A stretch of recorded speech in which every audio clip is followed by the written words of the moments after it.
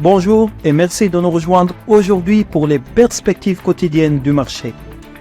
Notre salle des marchés va nous en dire plus sur les dernières actualités. Les actions américaines ont reculé alors que les doutes s'accumulaient sur un accord de réouverture du détroit d'Ormuz. Le S&P 500, le Dow et le Nasdaq ont tous décliné. Les prix du pétrole ont limité leurs pertes après des rapports selon lesquels les États-Unis pourraient reprendre les opérations militaires pour guider les navires, maintenant les coûts énergétiques élevés alors que les marchés attendent la réponse de l'Iran. Les prix de l'essence pourraient rester élevés cet automne en raison d'une pénurie mondiale de capacités de raffinage liée aux guerres en Iran et en Ukraine, les automobilistes payant actuellement environ 4,6 $ le gallon. Des raffineurs comme Valero et Marathon Petroleum affichent des profits en hausse tout en fonctionnant près de leur pleine capacité. Le premier directeur général adjoint du Fonds monétaire international, Dan Katz, a déclaré que la relance économique du Japon permet à la Bank of Japan de continuer à normaliser sa politique monétaire. Il a souligné que les réformes structurelles de l'ère de l'ancien Premier ministre Shinzo Abe portent leurs fruits. La paire dollar australien dollar a fait une légère correction à la baisse lors de la dernière session, perdant 0,1%.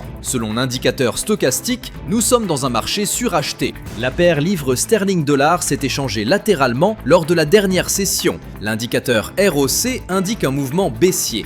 La paire euro-dollar s'est échangée latéralement lors de la dernière session. L'indicateur stochastique RSI indique un marché suracheté. Les actions Google ont dégringolé de 4,1% lors de la dernière session. L'indicateur MACD indique un mouvement baissier. Le calendrier économique mettra l'accent sur certains chiffres majeurs tout en incluant des annonces secondaires. Toutes peuvent peser sur les tendances. Ces indicateurs peuvent agir comme catalyseurs. Prenez le temps d'évaluer l'amplitude des fluctuations et de réévaluer vos positions si nécessaire. Nous espérons que vous avez apprécié les perspectives du marché aujourd'hui. Au nom de toute l'équipe, nous vous souhaitons une journée de trading productive. N'oubliez pas de vous connecter demain matin pour connaître les dernières actualités et événements des marchés financiers.